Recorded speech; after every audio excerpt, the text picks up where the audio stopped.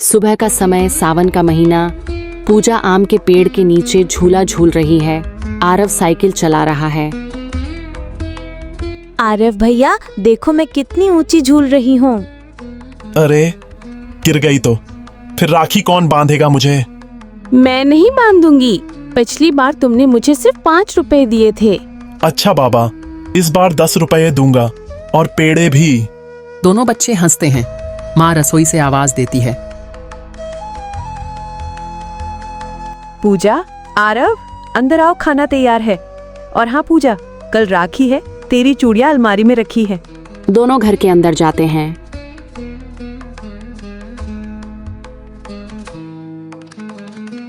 हाँ माँ, मैं इस बार गुलाबी सूट पहनूंगी। भैया, जब मैं बड़ी हो जाऊंगी ना तो तुम्हें एक बड़ी सी घड़ी गिफ्ट करूंगी। और मैं तुझे क्या दूं? बस हमेशा ऐसे ही रहना, झगड़ना, हंसना, गुस्सा करना, लेकिन छोड़कर मत जाना। कभी नहीं। आरव डेस्क पर बैठा पढ़ाई कर रहा है।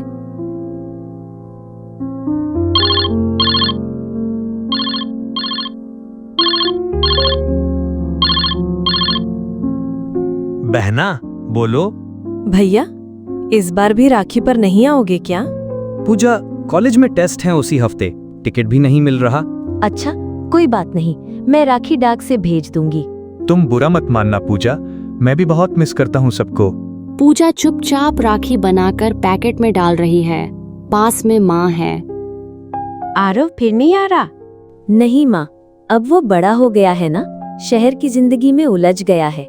भाई बहन का रिश्ता बड़ा नाजुक होता है बेटा, हर बार उसे खींचना पड़ता है, नहीं तो ढीला पड़ जाता है। पूजा कुछ नहीं कहती, बस चुपचाप लिफाफे में राखी रखती है और साथ में एक चिट्ठी। आरव को पोस्टमैन एक लिफाफा देता है। वह खोलता है, उसमें राखी और चिट्ठी है। भैया, राखी तो बस एक बहाना है तुमसे बात करने का, तुम्हें याद दिलाने का कि तुम्हारी छोटी बहन अब भी हर साल तुम्हारे रिस्ट का इंतजार करती है। माँ की तबीयत ठीक नहीं, पापा बहुत कमजोर हो गए हैं। तुम ही तो थे जो कहते थे हमेशा साथ रहेंगे। क्या वो बात अब भी वैसी ही है? आरव चुपचाप चिट्ठी पढ़ता है। आंखें नम हो जाती हैं।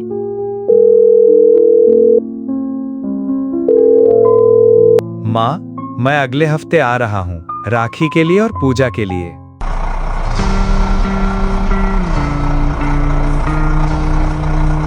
बस रुकती है। आरव बैग लिए नीचे उतरता है। पहले से बदला हुआ दिखता है थकावट चेहरों पर, लेकिन आंखों में चमक। कितनी बदल गई हैं ये गलियां, लेकिन महक वही है, मिट्टी की, घर की। पैदल ही घर की ओर चलता है। रास्ते में पुराना नीम का पेड़ दिखाई देते हैं।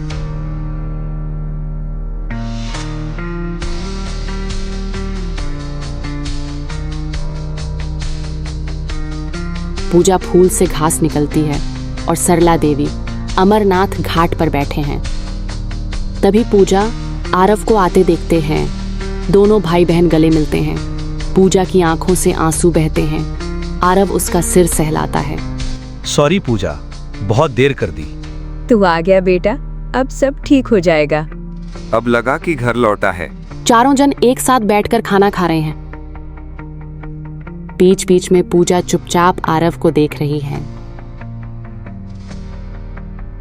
इतने दिन बाद खाना खाया तूने हमारे साथ। अब हर साल राखी पर जरूर आऊंगा माँ, और सिर्फ राखी नहीं, पूजा के लिए गिफ्ट लेकर भी। अच्छा, इस बार क्या लाए हो? तेरे लिए घड़ी, वो वादा याद है ना जो तूने किया था बचपन में? हाँ, अब भी करूंगी, लेकिन तुम्हारा साथ कभी मत छोड़ना भैया। एक शांत क्षण, दोनों एक दूसरे का हाथ थामते हैं। पूजा डायरी में लिखते हुए, आज भैया लौटे हैं और मेरे लिए राखी का असली मतलब फिर से जी उठा। ये सिर्फ धागा नहीं, एक वादा है जो हर साल 2 दिलों को जोड़ता है। पूजा सुबह सुबह नहाकर तैयार हो रही है। वह गुलाबी सूट पहनती है, वही जो बचपन में पहनने की बात की थी। माँ पूजा थाली में राखी, चावल और मिठाई सजा रही है।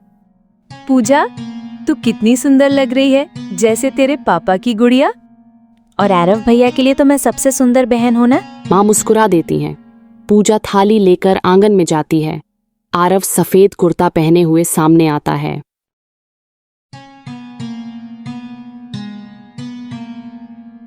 पूजा आरव को चौकी पर बिठाती है। धीमी आवाज में पूजा एक मंत्र पढ़ती है, फिर आरव की कलाई पर राखी बांधती है। आरव शांत और भावुक है। ये राखी सिर्फ तेरी कलाई की नहीं, तेरे वादे की डोरी है भैया, कि तू हमेशा मेरा साथ देगा। आरव पूजा की आंखों में देखता है और जेब से एक छोटा डिब्बा निकालता है, सोने की छोटी सी चेन। और ये सिर्फ एक तोहफा नहीं, मेरी जिंदगी के हर मोड़ पर तेरा साथ निभाने की कसम है। पूजा की आंखों में आंसू आने लगती है। इस राखी ने घर को फिर से घर बना दिया है।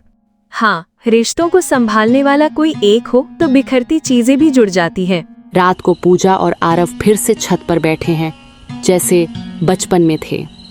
भैया, क्या अब तुम हर साल आओगे? हर साल, हर राखी, जब तक तू बुलाएगी मैं आऊंगा। दोनों चुप हो जाते हैं, बस आकाश की तरफ देखते हैं।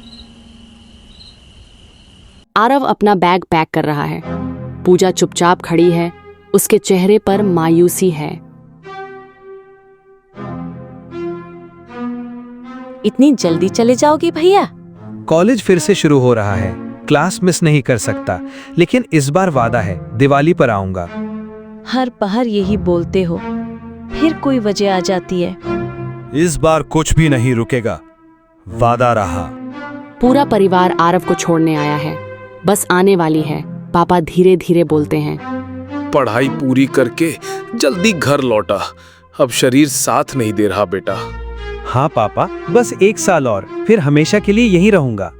बस आती है। आरव चढ़ने ही वाला होता है कि एक और बात भैया, अगली राखी के लिए कुछ बचा कर रखना, मैं इस बार कुछ मांगूंगी तुमसे। जो भी मांगोगी पूरा मिलेगा। आरव चला जाता है। पूजा की डायरी।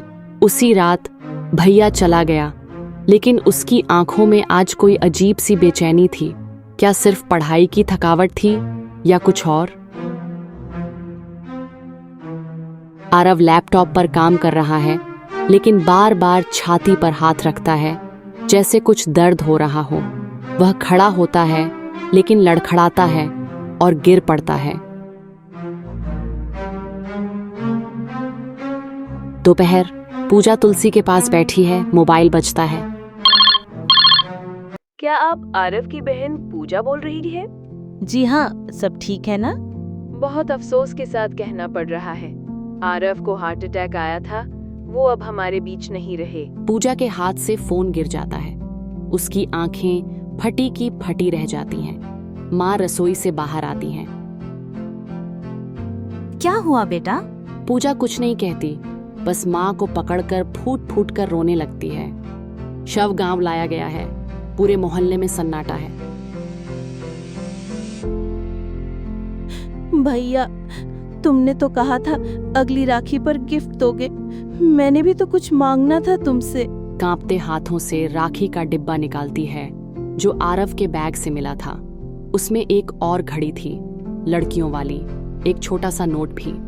पूजा के लिए अगली राखी का गिफ्ट एडवांस में, क्योंकि वादे अधूरे नहीं छोड़ता मैं। पूजा की डायरी। उसी रात भैया चले गए, लेकिन मेरी कलाई अब भी भारी है, क्योंकि राखी सिर्फ एक धागा नहीं थी, वो एक रिश्ता था जो अब भी हर धड़कन में बंधा है। कमरे में सन्नाटा है। दीवार पर आरव की मुस्कुराती तस्वीर टंगी है। पूजा वही गुलाबी सूट पहनती है जो उसने पिछले साल पहना था। वह राखी की थाली सजाती है, चावल, रोली, दीपक और एक सुंदर राखी। आज भी राखी बांधेगी पूजा? माँ, लेकिन अब वो कलाई नहीं, तस्वीर है और वादा है जो अधूरा नहीं छोड़ा जा सकता। पूजा आरव की तस्वीर के पास बैठती है। वह तस्वीर के नीचे आरव की घड़ी और राखी की पुरानी थैली रखती है। इस बार मैं तुमसे कुछ नहीं मांगती, बस एक दुआ, जहां भी हो खुश रहना और कभी कभी मेरी राखी महसूस कर लेना। पूजा हाथ जोड़ती और प्रार्थना करती है। गांव के छोटे बच्चे राखी लेकर आते हैं। एक छोटी बच्ची पूछती है, दीदी आप किसको राखी बांध लेगी? अपने सबसे प्यारे दोस्त को जो अब तारे में बदल गया है। क्या तारे भी राखी देखते हैं? हाँ, और जब हम उन्हें याद करते हैं वो झपकते हैं। पूजा की डायरी। उस रात आज पहली बार बिना भाई के राखी बांधी, लेकिन महसूस हुआ भाई शरीर में हो या नहीं, उसका प्यार हर साल लौट आता है। राखी सिर्फ कलाई की नहीं, आत्मा की डोर है। पूजा आंगन में अकेली बैठी है, एक फाइल लिए। उसके सामने आरव की पुरानी डायरी खुली है। कुछ पन्नों में आरव के सपनों के बारे में लिखा है। गांव के बच्चों के लिए एक लाइब्रेरी खोलना, गरीब बच्चों को पढ़ाना। भैया, तुमने तो कहा था कि तुम लौटोगे, लेकिन अब तुम्हारा सपना मैं पूरा करूंगी। माँ, पापा, मैं आरव भैया की याद में गांव में एक आरव लर्निंग सेंटर खोलना चाहती हूँ, ताकि हर बच्चा पढ़ सके जैसा भैया चाहते थे। बेटी, तूने जो फैसला लिया है उससे आरव सचमुच हमेशा जिंदा रहेगा। बेटा, ये तो तेरे भाई की असली राखी होगी, जो उसे सबसे ज्यादा प्यारी होती। पूजा गांव के लोगों से मिलती है, सबका समर्थन जुटाती है, एक घर रेंट पे लेती है। दीवार पर एक बोर्ड टांगा जाता है, आरव लर्निंग सेंटर, शिक्षा भाई का सच्चा तोहफा है। दीदी, ये कौन रे? ये मेरे भैया हैं, जिनकी वजह से आज तुम सब पढ़ रहे हो। पूजा की डायरी। सेंटर खुलने के दिन। आज भैया को एक नई राखी बांधी है, बच्चों की मुस्कान से। मुझे यकीन है जहां कहीं भी होंगे, वो आज सबसे ज्यादा मुस्कुरा रहे होंगे। सेंटर अब पहले से बड़ा हो चुका है। दीवारों पर रंग बिरंगे पोस्टर, बच्चों की बनाई चित्रकारी और आरव की बड़ी सी तस्वीर लगा है। दीदी, क्या हम भी बड़े होकर मास्टर बन सकते हैं? क्यों नहीं? अगर तुम में सीखने की भूख है तो सारी दुनिया सीख सकती है। अब पास के गांवों के भी बच्चे इस सेंटर में पढ़ने आने लगे हैं। कुछ कॉलेज छात्र भी वॉलंटियर करने आते हैं। पूजा दीदी, आपने अकेले इतना सब कैसे कर लिया? अकेले नहीं, मेरे भैया के सपने, माँ पापा का आशीर्वाद और इन बच्चों की मुस्कान ने साथ दिया। एक स्थानीय न्यूज चैनल पूजा का इंटरव्यू लेता है। पूजा जी, इस सेंटर का नाम आपने आरव क्यों रखा? क्योंकि ये सिर्फ मेरे भाई का नाम नहीं, ये उस हर भाई का नाम है जिसने अपनी बहन से वादा किया होता है हमेशा साथ निभाने का। राखी की सुबह पूजा सेंटर के बच्चों के साथ। पूजा ने सफेद सूट पहन रखी है, आंखों में संयमित। आज सिर्फ मैं ही नहीं, तुम सब भी अपने भाई बन चुके हो और मैं तुम सब की बहन हूँ। दीदी, क्या हम आपको राखी बांध सकते हैं? हाँ, क्योंकि अब ये राखी सिर्फ एक भाई को नहीं, एक सोच को समर्पित है। सभी बच्चे बारी बारी पूजा को राखी बांधते हैं। वह वही गुलाबी राखी उठाती है जो बचपन में उसने पहली बार आरव को बांधी थी। भैया, आज तुम्हारी आखिरी राखी बांध रही हूँ, क्योंकि अब ये रिश्ता मेरे अंदर जीता है। तुमने जो बीज बोया था अब वो पेड़ बन चुका है। अब मैं कमजोर नहीं, मैं आरव की बहन हूँ और ये नाम अब कभी मिटेगा नहीं। पूजा की डायरी। अंतिम पन्ना। भाई की आखिरी राखी। आज मैंने महसूस किया कि राखी केवल बहन द्वारा भाई की लंबी उम्र की कामना नहीं, बल्कि उस प्रेम की चुप सच्चाई है जो शरीर के जाने के बाद भी सांसों में जीती है। भैया, तुम नहीं हो, फिर भी हर बार जब हवा चलेगी, जब दीपक की लौ नाचेगी, जब कोई बच्चा पढ़ेगा, मैं जानूंगी तुम यहीं हो।